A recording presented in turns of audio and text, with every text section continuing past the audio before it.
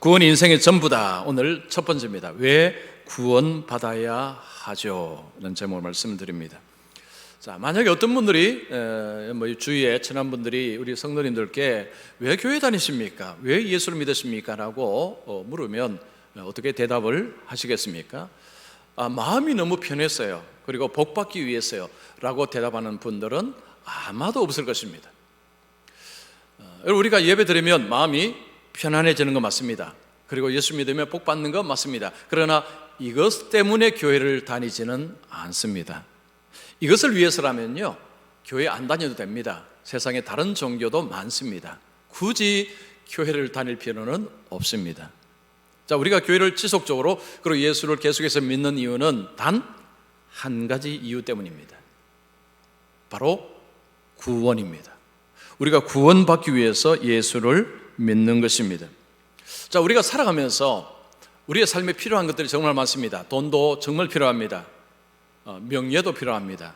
지식도 필요합니다. 우리의 삶에는 필요한 것들이 정말 많습니다. 그런데 가장 필요한 것이 바로 구원입니다.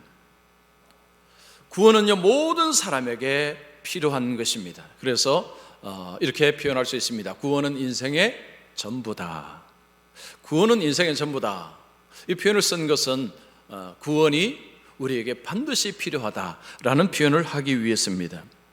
구원은 받으면 좋고 안 받으면 그만이고 이런 게 아닙니다. 구원은 반드시 받으셔야 합니다. 자, 그럼 이렇게 말할 수 있는 근거는 뭘까요?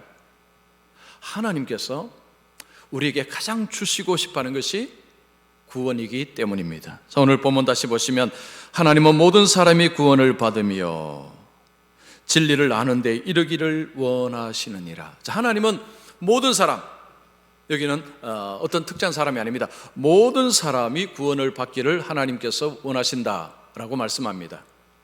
여러분, 자동차를 만든 사람은 자동차 안에 무엇이 중요한지를 알고 거기다 집어넣을 것입니다.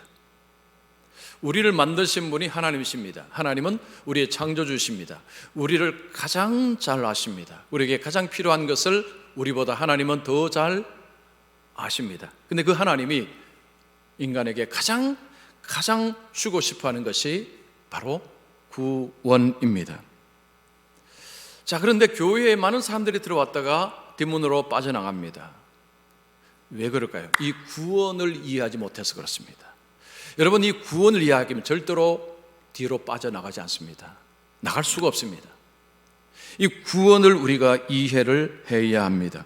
혹 오늘 예배에 들으신 분들 중에 구원을 잘 이해하지 못하신 분들은 오늘 꼭 말씀에 집중을 꼭 한번 해보시기 바랍니다. 그리고 나는 이미 구원받았기 때문에 안다라고 하시는 분 계시면요, 안다라고 하시고 귀를 닫지 마시고 내가 아는 것이 정확한지 한번 자신을 점검해 보시는 시간 되시면 좋겠습니다.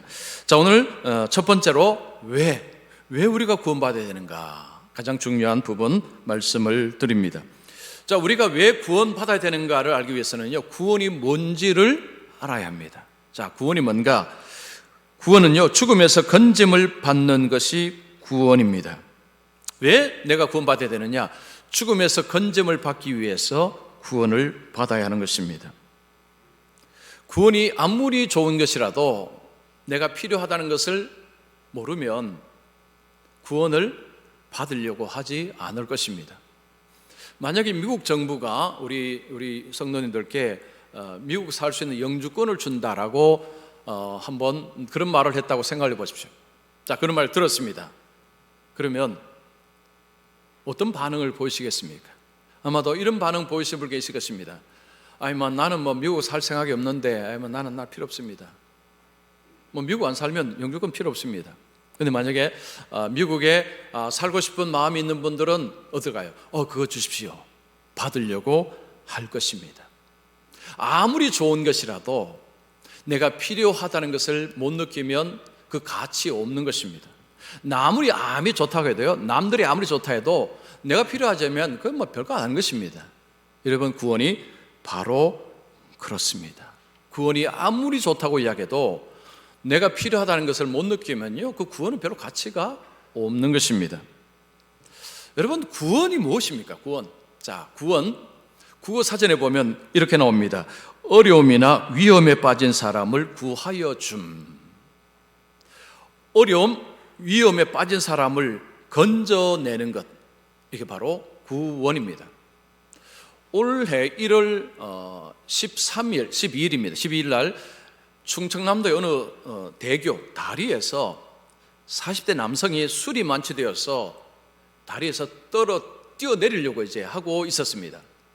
그 찰나에 그 다리를 통과하던 자동차 한 대가 있었는데 그 운전자가 그 사람을 보고 차를 세웠습니다. 그리고는 그 사람을 향해 달려갔습니다. 그리고 그 운전자 옆에는 부인이 타고 있었습니다. 부인도 차에서 내려서 지나가는 행인을 붙잡아서 지금 저 떨어진 사람 붙잡으라고 얘기했습니다. 그래서 남편하고 행인이 그 사람을 붙잡았습니다. 떨어지지 않았습니다. 그리고는 119가 오기 전까지 이 부인이 그 40대 남성, 만취한 남성 붙들고 울었답니다. 그래서 그 남성을 마음을 이렇게 진정을 시키고 119에 타고 이제 병원으로 갔습니다. 여러분 신문에 이 기사 속에 이런 표현이 있습니다. 세 사람이 한 생명을 구원했다. 세 사람이 한 사람을 구원했다. 이게 구원입니다. 여러분 구원이라는 이미지는 우리가 하도 들어갔고 그냥 너무 이렇게 좀 이게 명확하지 않습니다. 자, 오늘부터요. 여러분 구원하면 이 난간에서 이거 건져내는 거 생각하십시오. 이게 구원입니다. 구해내는 것이 구원입니다. 성경에서 구원이라는 단어를 쓸 때 바로 그런 의미가 있기 때문입니다. 위험, 어려움에 처한 사람을 건져내는 것, 이게 바로 성경에서 말하는 구원입니다. 하나님께서 모든 사람을 구원하기를 원하셨다라고 할 때는 무엇이 전제되어 있습니까? 지금 세상의 모든 사람들이 위험에 빠져 있다는 것이 전제되어 있습니다. 즉 모든 사람, 예외 없이 모든 사람이 다 어려움, 위험 속에 빠져 있다는 것입니다. 그래서 구원받아야 한다. 이것이 바로 하나님의 말씀입니다. 자, 어려움, 위험, 이게 뭡니까? 죽음입니다. 죽음. 인간이 당한 어려움, 환난, 핵심은 죽음입니다. 자, 죽음에서 건져내는 것입니다. 성경에서 구원을 말할 때 핵심은 죽음에서 건져내는 것, 이것이 바로 구원하는 것입니다. 성경은 우리에게 잘 먹고 잘 사는 길을 제시하는 것이 아닙니다. 성경은 어떻게 구원받는가, 구원의 길을 우리에게 제시하고 있습니다. 그래서 우리가 성경을 통해서 구원의 길을 얻을 수가 있습니다. 자, 이 죽음의 문제는 어떤 특정한 사람의 문제가 아니고 우리 모두의 문제입니다. 모든 사람이 처해 있는 문제입니다. 자, 여기까지 들으면 이런 의문을 가지게 됩니다. 그러면 예수 믿으면 안 죽나요? 예수 믿으면 안 죽습니까? 죽음에서 건진다면서요. 죽음에서 구원한다면서요. 그러면 예수 믿으면 안 죽어야 하지 않습니까? 에이, 뭐 예수 믿는 사람 다 죽는데 내 아는 친척도 뭐 교회 예배 잘 드는 뭐 세상 떠났는데 에이, 뭐 말도 안 되는 소리 하십니까? 여러분 이런 이야기할 때 세상은 이런 반응을 합니다. 말도 안 되는 소리, 비현실적인 소리, 이치에 맞지 않는 소리, 이성적으로 부합하지 않는 이야기, 이런 식으로 반응을 합니다. 그리고는 교회로 왔다가 뒷문으로 빠져나갑니다. 교회 가는 이야기는 현실적으로 맞지 않다라고 판단을 할 때는요, 언젠가는 빠져나갑니다. 일시적으로 뭐 다른 목적 때문에 교회 안에 있을 수는 있습니다. 그러나 언젠가는 빠져나갑니다. 이걸 알아야 됩니다. 이걸 알아야 됩니다. 많은 분들이 너무 성급하게 판단합니다. 교회가 너무 좀 비논리적으로 이야기한다. 너무 성급하게 판단합니다. 여러분 교회 안에는요 멀쩡한 사람들이 많습니다. 저도 멀쩡합니다. 그죠? 다 멀쩡합니다. 멀쩡한 사람들이 멀쩡하게 계속 예배에 와서 예수 믿고 합니다. 왜 그럴까요? 오늘 세상 이야기 들어보면요, 교회 다니는 사람은 다 멀쩡한 사람들이 아닙니다. 여러분 절대 멀쩡한 사람이 아니고 저도 멀쩡한 사람, 이상한 사람들입니다. 그들의 관점에서는요, 기독교의 구원은 말도 안 되는 소리인 것입니다. 그런데 여러분, 세상은요, 내가 모르는 게 참 많습니다. 어떤 청년이 목사님께 와서 이런 말합니다. 목사님, 이 세상을 보니까요, 하나님이 없는 것 같아요. 목사님, 세상 보세요. 하나님이 있다는 게 어디 보입니까? 뭐 지진 일어나죠, 뭐 이런저런 갈등이 일어나죠, 전쟁이 일어나죠. 하나님이 없는 것 같습니다. 그렇게 이야기했습니다. 그때 목사님이 청년에게 이야기했습니다. 청년, 자네는 이 세상의 모든 것을 다 알고 있는가? 그래서 그 청년이, 뭐 제가 어떻게 다 알겠습니까? 자, 그러면 청년은 한 몇 퍼센트 알고 있는가? 10%? 5%? 아니면 1%? 뭐 자네가 똑똑해서 한 10%를 안다고 한번 가정을 해봅시다. 자, 그러면 자네가 모르는 것은 몇 퍼센트인가? 90%입니다. 그러면 자네가 모르는 영역, 그 90% 영역 안에 하나님이 계시면 어떡할 건가? 그러자 청년이 도망을 가버렸다고 합니다. 여러분, 사람들이 이 죽음이라는 말을 들으면요, 딱 생각하는 게 뭡니까? 그냥 육체적인 죽음, 이것만 생각합니다. 죽음에서 건져낸다는 게 구원입니다. 그게 구원입니다. 근데 그 죽음은 육체적으로 죽는 것. 근데 예수 믿어도 다 죽는다. 이거 말도 안 되는 소리, 교회를 안 나오는 것입니다. 이거 아닙니다. 성경에는 죽음의 종류가요, 더 있습니다. 어떤 죽음이 있습니까? 영적인 죽음이 있습니다. 영적인 죽음. 바울이 에베소 교회 성도들에게 이런 표현을 했습니다. 허물과 죄로 죽었던 너희를 살리셨도다. 자, 하나님이 죽었던 너희를 살렸다는 표현을 씁니다. 그것은 무덤에서 끄집어냈다는 이야기가 아니고, 하나님을 모르던 눈이 감겨있던 너희들의 눈을 열어주고 귀를 열어주어서 하나님이 계시다는 것을 알고 하나님을 왕으로 삼고 하나님을 믿는 자가 되었다라는 것이 바로 그 표현입니다. 즉, 영적으로 살아났다는 것입니다. 영적으로 죽어있던 자가 영적으로 살아났다는 것입니다. 영적으로 죽어있다는 것은 뭘 의미할까요? 하나님이 없다고 이야기합니다. 아무리 봐도 하나님이 없습니다. 왜냐? 영적으로 죽었기 때문입니다. 하나님과 관계도 없습니다. 하나님을 섬기지도 않습니다.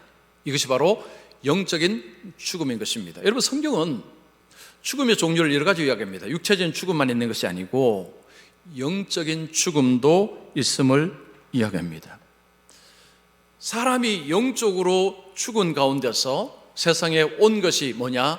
고통과 악입니다. 여러분, 세상에 고통과 악이 왜 왔느냐? 하나님을 반역했기 때문입니다. 하나님을 떠나고자 했기 때문입니다. 거기에서 고통과 악이 왔습니다. 여러분, 창세기를 보면 아담과 하와가 하나님께 반역했습니다. 반역하자 어떤 일이 벌어졌습니까? 땅은 저주를 받았습니다. 그리고 너희들은 흙이니 흙으로 돌아가라고 했습니다. 그 죽음은 고통의 핵심입니다. 고통과 악은 하나님을 반역한 거기에서 고통과 악이 세상의 사람들에게 들어왔습니다. 우리가 질병을 이렇게 생겼을 때, 질병을 고칠 때 제일 중요한 게 뭡니까? 원인을 아는 것입니다. 원인을 알면 질병을 고칠 수 있는데, 근데 제일 답답한 게 뭡니까? 원인을 모르는 것입니다. 왜 이 질병이 생긴지 모를 때는요, 치료가 어렵습니다. 증상만 그냥 호전시킬 뿐입니다. 성경은 인간의 악과 고통의 원인을 설명합니다. 여러분, 세상은 이 설명 못합니다. 성경은 원인을 설명합니다. 하나님께 반역하고 하나님을 떠난 가운데서 세상에 찾아온 것은 악과 고통임을 우리에게 이야기합니다. 그 속에 육체적인 죽음도 같이 들어가 있습니다. 성경은 원인을 설명하기 때문에 해결책도 제시합니다. 원인을 알기 때문에 해결책을 제시할 수 있는 것입니다. 자, 그러면 그 해결책이 구원이죠. 이걸 어떻게 알 수 있습니까? 오늘 말씀에 진리를 아는 데 이르기를 원한다 라고 말씀합니다. 바로 진리입니다. 진리를 알게 되면 구원의 길을 알게 되는 것입니다. 여러분, 진리가 무엇입니까? 하나님 말씀입니다. 곧 성경입니다. 그래서 성경을 배우면 구원의 길, 구원의 방법을 우리가 배울 수가 있습니다. 자, 디모데전서 3장 15절 말씀 같이 읽습니다. 시작. 성경은 능히 너로 하여금 그리스도 예수 안에 있는 믿음으로 말미암아 구원에 이르는 지혜가 있게 하느니라. 자, 성경은요, 우리가 지금 성경은 진리입니다. 그 안에 구원에 이르는 지혜, 구원에 이르는 방법을 우리에게 제시하고 있다는 것입니다. 그래서 성경을 통해서 이 악과 고통에서 벗어날 수 있는 길을 알 수가 있다는 것입니다. 여러분, 세상의 역사를 보면 수많은 철학자들이 있었고, 수많은 과학자들이 있었고요, 수많은 정치인들이 있었습니다. 그들은 한결같이 어떻게 하면 인간을 악과 고통에서 건져낼 것인가를 그들의 방법으로 연구하고 있습니다. 어떻게 보면 상당한 진전을 이룬 것 같습니다. 그런데 가만히 들다 보면 한 가지 문제는 치유가 되면요, 또 다른 문제가 튀어납니다. 자, 코로나 사태가 우리에게 그걸 보여줬죠. 갑자기 없던 게 튀어났습니다. 그리고 3년 동안 아직도 안 끝났습니다. 계속해서 인간을 괴롭혔습니다. 하나 막으면 이쪽에 하나 터집니다. 이거 막으면 이쪽에 또 터집니다. 못 막는다는 이야기죠. 해결을 못 한다는 것입니다. 사람의 능력으로는 이 악과 고통의 문제, 죽음의 문제 해결 못 한다는 것입니다. 자, 그런데 이 영적인 죽음의 상태에서 조금 더 지나가면 또 다른 죽음이 기다립니다. 성경의 둘째 사망입니다. 이게 뭘까요? 지옥입니다. 요한계시록에 지옥을 둘째 사망이라 부릅니다. 성경에서 구원을 이야기할 때, 죽음에서 건져낸다 할 때 핵심이 뭘까요? 바로 이 죽음입니다. 둘째 사망, 영적인 사망에서 건져내는 것을 의미합니다. 아니 뭐 예수 믿어도 죽는데 뭐 죽음에서 건져낸다면서요, 이런 소리 하면 안 된다는 거죠. 진짜 죽음은 다른 죽음이 있습니다. 바로 둘째 사망. 이게 가장 무서운 그 죽음에서 건짐을 받는 것, 이게 바로 성경에서 말하는 구원입니다. 자, 두 번째입니다. 구원은 죄에서 건짐을 받는 것이기 때문이다. 자, 우리가 왜 구원받아야 되느냐? 죄에서 건짐을 받아야 하기 때문입니다. 인간이 하나님을 떠났습니다. 그렇게 만든 주범이 뭘까요? 죄입니다. 자, 바울은 에베소 성도들에게 허물과 죄로 죽었던 너희를 살렸다고 했습니다. 죽인 이유가 무엇입니까? 죄입니다. 죄가 죽인 것입니다. 영적으로 죽인 것입니다. 죄가 들어와서 하나님 없다, 하나님을 부인하게 만들고 하나님을 떠나게 만든 그 이야기를 우리에게 하는 것입니다. 이걸 쉽게 말하면요, 이 죄라는 바이러스가 사람에게 들어와서 하나님을 떠나고 하나님을 부인하는 이런 사태가 벌어졌다는 것입니다.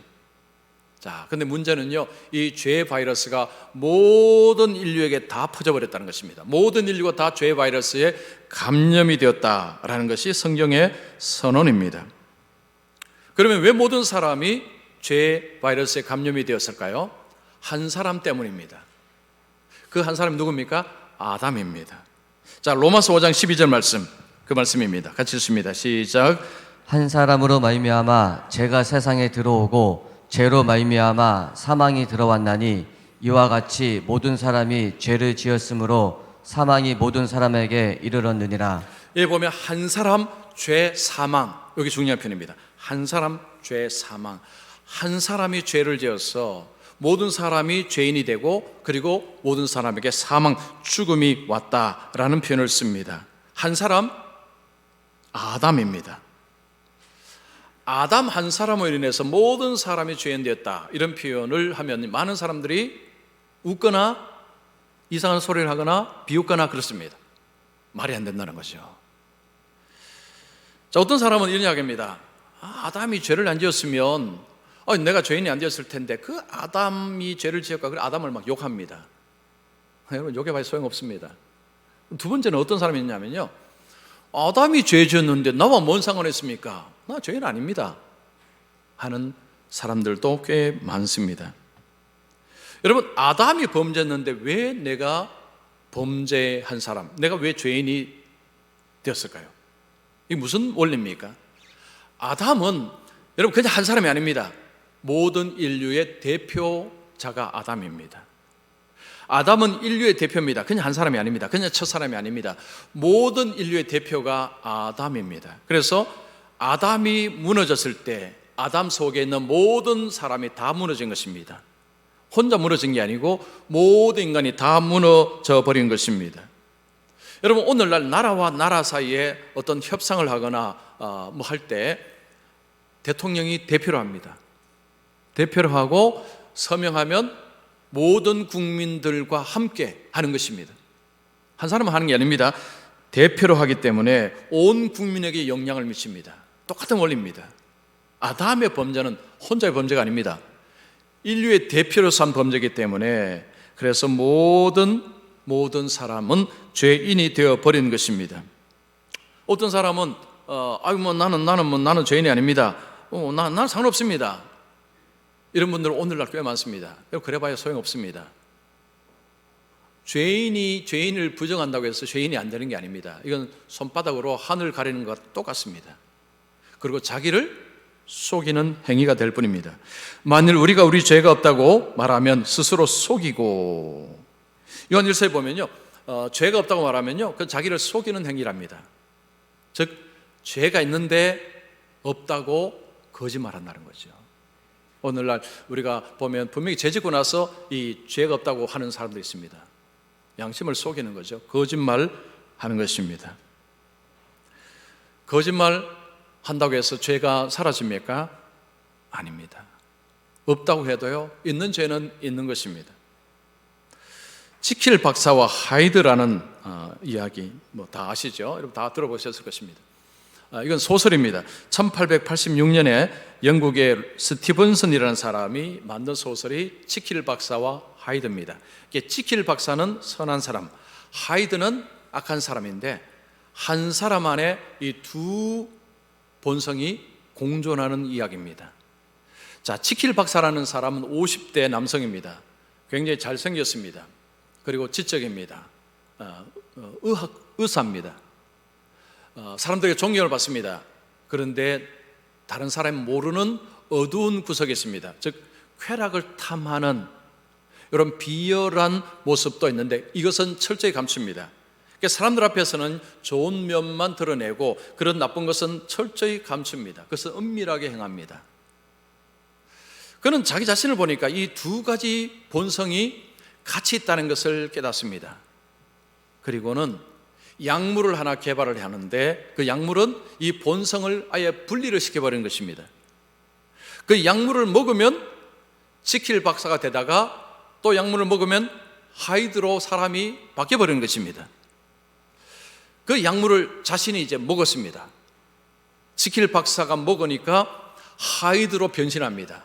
하이드는 비열하고 쾌락을 탐하고 하는 그런 존재인데 그쪽으로 변했습니다.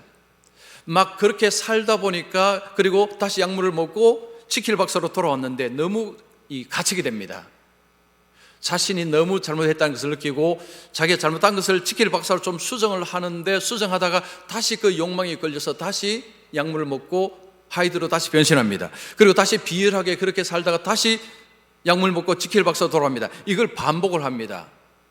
어느 순간에는 자신이 하이드로 살았을 때 그 나쁜 행동 때문에 너무 갇히게 되어서 2달 동안 약물을 먹지 않고 버팁니다. 그런데 그 속에 있는 그 악한 본성이 가만히 있지 않습니다. 계속해서 들끓어오릅니다. 그래서 약물을 다시 마십니다. 그러자 억압되었던 그 욕망이 분출하면서 이 사람이 완전히 폭도가 되어서 다른 사람을 죽여버렸습니다.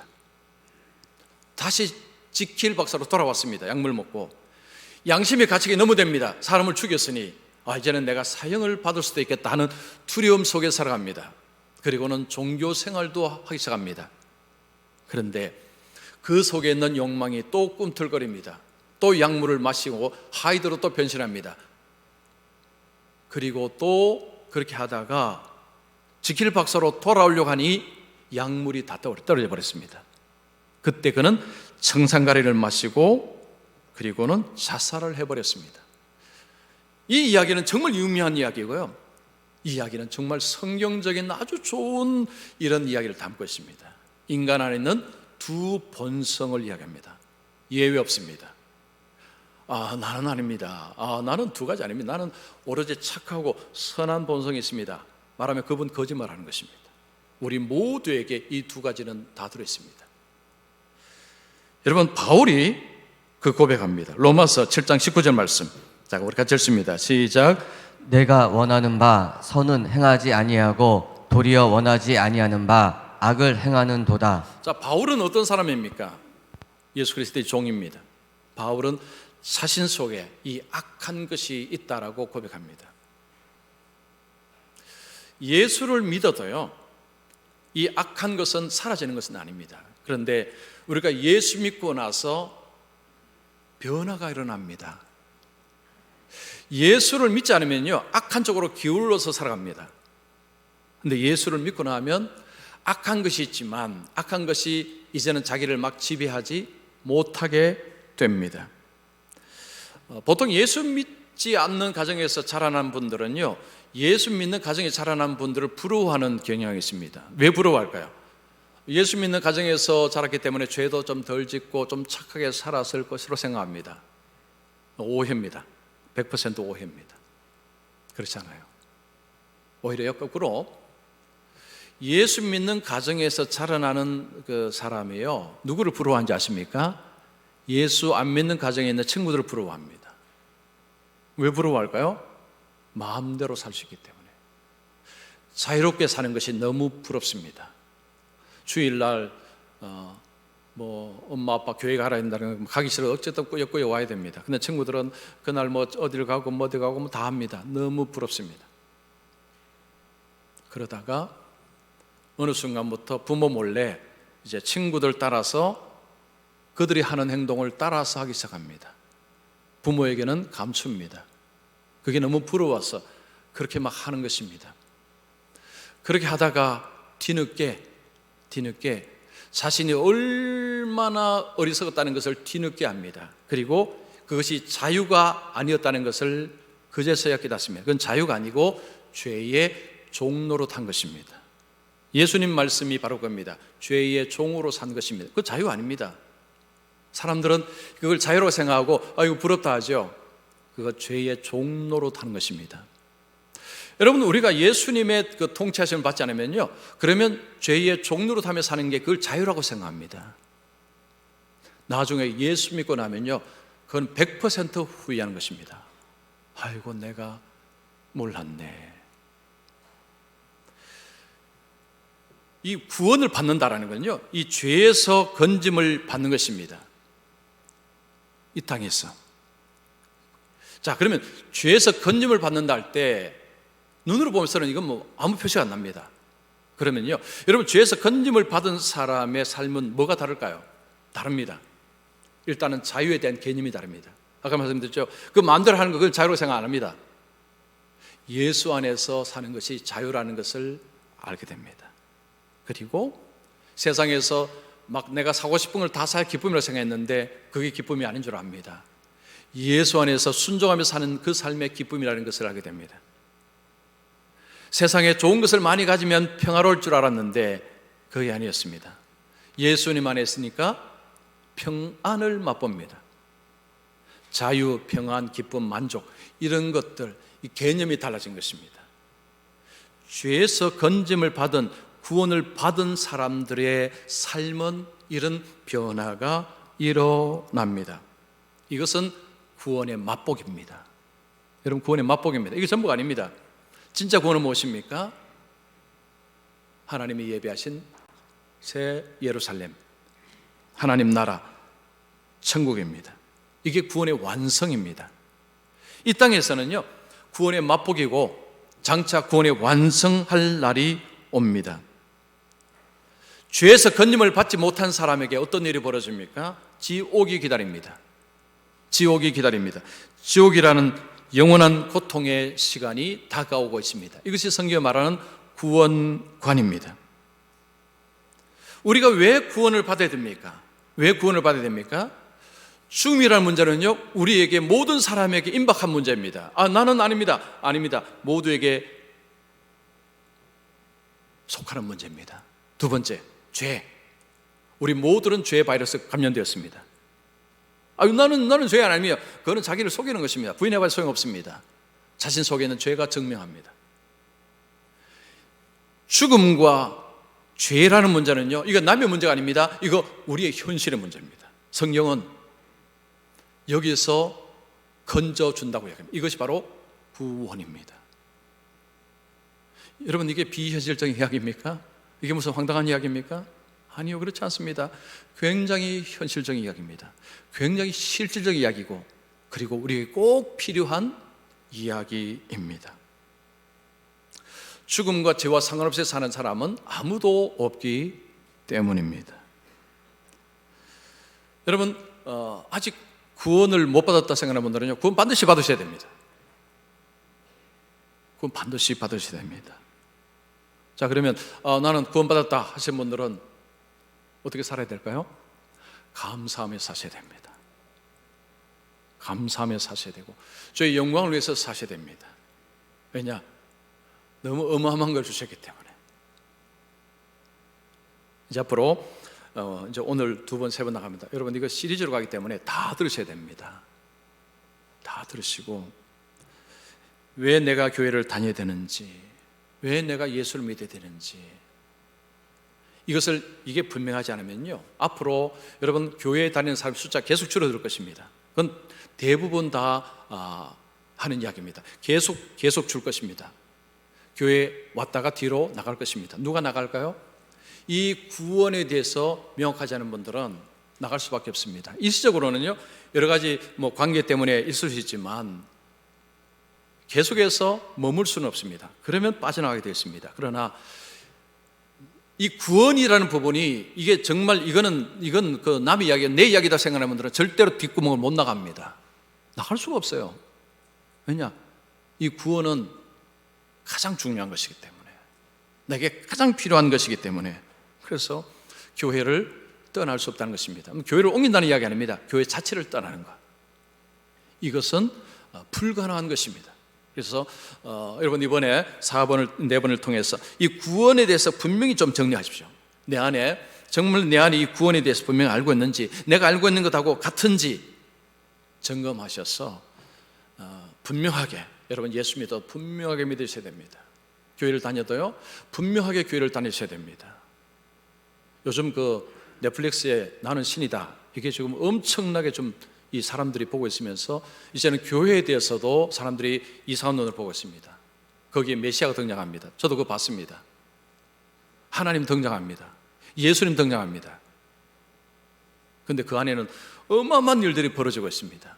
오늘날 교회도 저렇지 않을까라고 보는 분들이 이제는 꽤 생기고 있습니다.